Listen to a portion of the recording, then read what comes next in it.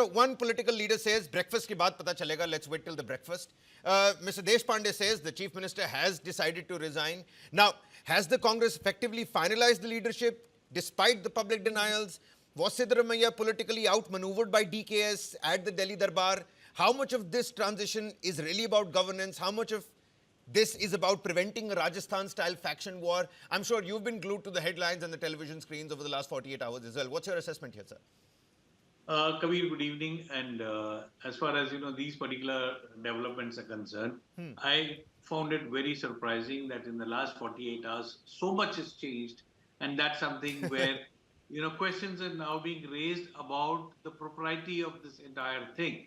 Because in case Siddaramaiah, as is being said, that he decided to resign, I don't see any reason why he did not announce it at Tumkuru when he had that grand celebration of 3 years of his power. And that's something which, which would have been a very graceful exit. It would have been something where, he could have played magnanimous and said that he is handing over charge to DK Shivakumar or anyone else at the behest of High Command.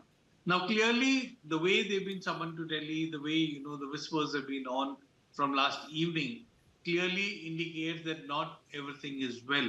And we presume at this junction that it will be DK Shivakumar who will take charge after the announcement tomorrow, after the breakfast, where he meets the MLAs, gets the pulse, and then it will be something where more clarity will come out. So whether it will be DK Shivakumar, whether it could be Parmeshwar, because we saw before they left for Delhi, the way Parmeshwar went along with Siddaramaiah was a message enough that, if an OBC leader had to be replaced. Mr. Grover, are you saying that there could be a possibility, there is still a formula where DKS does not become the chief minister? Well, see, there are questions, and these questions need answers. And I'm sure when there is a press conference tomorrow, which Siddaramaiah is planning to do, a lot more clarity will come out on this.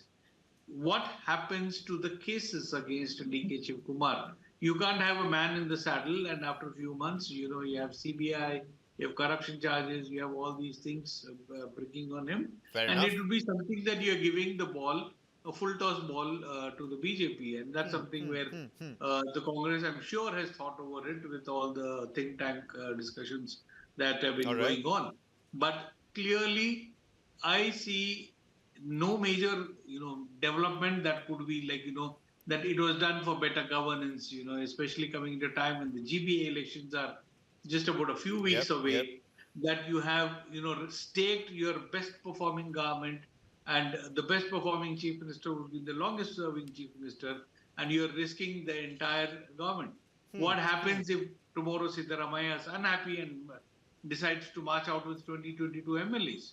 So, these are a lot of questions which need answers.